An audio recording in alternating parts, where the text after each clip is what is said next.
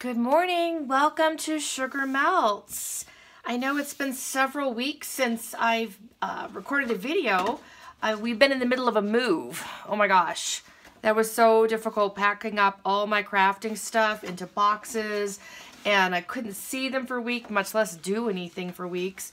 I'm so glad to be back though. And par for the course, you know I'm going to do a box project. So in the past, we've made different boxes. You all remember this box from a 12 by 12 sheet of paper. And then we did some bags. Let's see if I've got an example of a bag here. We made this bag with the straps. We made some smaller boxes. We've made these beautiful flowers from the scraps. So today's project is what I call just kind of like a matchbox. And oh, I had so much fun making these. Look at these little boxes. And they come with a cover. So isn't that super cute? There's another one. So cute. So one of the nice things about this project that I like is that it will not require a full 12 by 12 sheet of paper. If you have a full sheet, that's fine, of course, but I don't know about you, but I have all this beautiful 12 by 12 paper that I've whacked off an inch or two, and so it limits the kind of projects I can make with it. Oh, here's another one. So cute. Oh my gosh. That cute. You can use any color. You can have the inside and the outside different. Anyway, so with this project, it's nice because you can use a smaller sheet of paper. If you have only 10 inches or 9 inches, 8, this project will work with that. So let me show you how this is going to come together. If you have, this was the original project that sort of inspired it. If your first sheet would be 8 inches across by 4 3/5. So feel free to do a screenshot of this if you need to. And then you're going to score at 1.25, 375, 5, and then 7.5. So this little flap here is what's going to secure. You're going to fold them up, and that will be the cover. And then the drawer itself, the base of it, is 7 3/16 by 4 15/16, and you just score all the way around at 1 1/4, and fold those up, do the flaps, miter the sides, and it comes together. This is great if you've only got an 8 by 5, 8 by 10 portion left of your paper. I wanted one a little bit larger, so here's my little demo. If you are working on a box of any project type, any kind of crafting thing, I always recommend don't use your good paper. You paid for that paper. You want to make sure that it works really well. So if you're doing a draft, just use junk mail, something that you're probably going to throw away anyways, or that you would put in the shredder. I just use that to cut up and do what they call a mock-up of these things. So here's what we're going to do. Mine will be slightly larger than the initial project. So this is my paper. You all remember this beautiful paper. So I thought this would be fun since it'll have stripes, and you can see what that will look like. That's real important to be careful, of course, anytime you have any design that has a specific pattern going one way or the other. Just that you're aware of that when you're cutting it, that you're going to be happy with the results. So for this project, the cover is 8.5 by 5, and we're going to score it at 1 1/4, 4 inches, 5 1/4, and then 8. So you can see there's a side panel, and this is going to roll over, and this will be secured to this end. Okay, so there's the cover that we'll work on in a second. The bottom drawer will be 7.5 by 5 1/8, and we're just going to score 1 1/4 all the way around. These are great projects for if you want to make your own box, if you want to make your own wrapping for a gift, because it's so lovely when everything coordinates together. So if you're giving a box of cards, if you have done some other project, you can make all of this coordinate.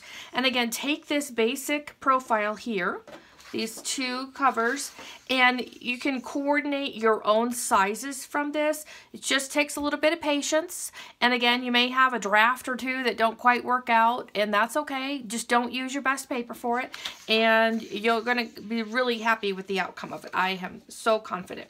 Okay, so I'm gonna set these over here so I can keep my eye on it. And then let's do some scoring here. Now, the funny thing that I've run into when working on these projects is you'll notice that one of them is longer than the other, but when you turn it, the opposite one is longer than the other. So it's a little easy to get them confused. So that's why I like having the drawing there that I can keep working with and looking at to make sure that I'm scoring the right one, the page that I'm trying to, because I have messed that up before. So, okay, so here's the scoreboard. This paper here, this matches, so I know that I'm working on the cover. Okay. And let's see if I can keep my head a little bit out of the camera. And I've got all my little stylets here. So on this one goes to 8.5, and I can see it goes down to 5, so I know I'm working on the right one. And I'm going to score it at 1 1/4. Okay, so really get that in there. If you've got thicker paper, you can use a sharper tip so you won't pierce through. But if you're using paper that's kind of real thin, you want to make sure you're using those thicker ends, otherwise you can go right through the paper and tear it. So this will be at 4 inches, and then we're going to do it at 5 1/4, 5 1/4, and then all the way over at 8. Okay, so I'll set that aside. And then here's my other piece. So 7 1/2 by 5 1/8. And all I'm going to do is 1 1/4 all the way around. So that's my favorite kind of scoring because I can't screw that up at all. 1 1/4. 1 1/4. Also on this, be careful with if you're doing a real long stretch. I was using a thicker, almost like a cardboard earlier, and it's really it wasn't easy to stay inside the groove on the scoreboard. So just, again, be patient and push down, just adjust that as you need to, the thicker the paper. Okay, so that's going to be the bottom drawer of the box. So I don't need that anymore. And now we can go ahead and get our scoring done. So bend that over, get your bone folder out. Press that down. And then the last side is right there. Okay. So I get out my scissors, and on the going the long way, I'm going to trim up these two little boxes here. Get it right in there on that edge. Flip it over, do the same thing, and then one more. And you're already going to see how fast this is coming together. So we're going to secure this in. See how that's going to work?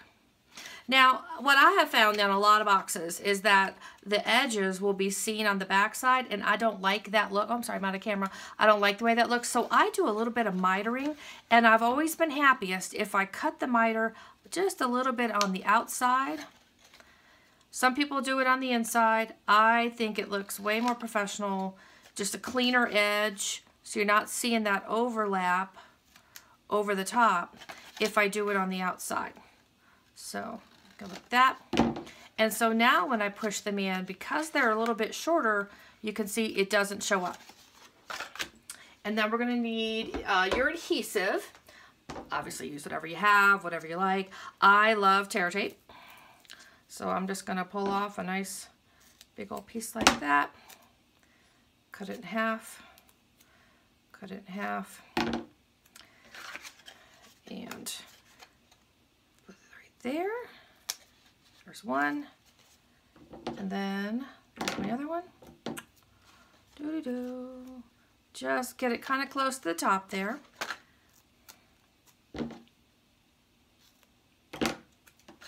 Okay. There's one. And then the last piece will go right there.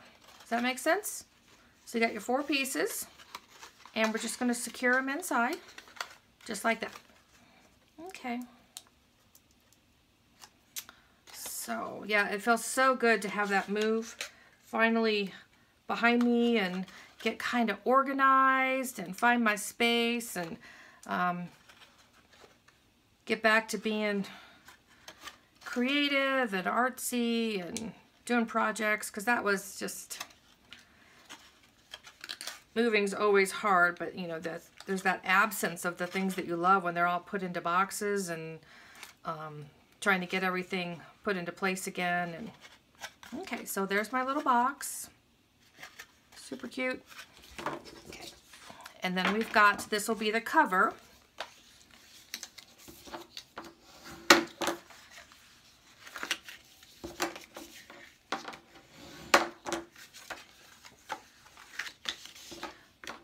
So we've got 4 folds, which will give us the 5 panels. Super cute. And then I'm just going to put some more tear and tape there. I use one that's a little bit smaller. You can use glue, doesn't matter, whatever you have, whatever you like. If you're, I think we talked about this on a previous video. Since this is just, it is paper, so if your gift or whatever is a little heavy, you want to just be a little careful. You may want to cut a little piece of cardboard to line it with, just to give it a little bit of security. All you have to do to make it fit is, I would just bring it in about 1/16 of an inch. I don't even think it would need to be inside 1/8 of an inch of your measurement, and it should just give it a little bit more sturdiness there. So then we tear off the cover of your tear tape and then line this up. Oops. So let's go like that. Bring this flap over. There we go. Okay, edges are done. Got your stripes in place. I think it's nicest on that where you can see that little edge to have that on the bottom, so they're not seeing that straight up. And then there's your box. How super cute is that? Oh my gosh. So you can see you can put a little card on top, butterflies, some kind of ribbons, decorative lace, all kinds of things that you can do to decorate that. You get out your dies and put some butterflies, your punches. You could do so many fun things with it. And so again, here's your measurements. Your cover, going to be 8.5 by 5, scoring at 1 1/4, 4 inches, 5 1/4, and 8. The bottom drawer, 7.5 by 5 1/8, and you score all the way around at 1/4. Miter in the edges, secure them. Fold this over, and you got it. Hope you enjoyed today's video. Bye.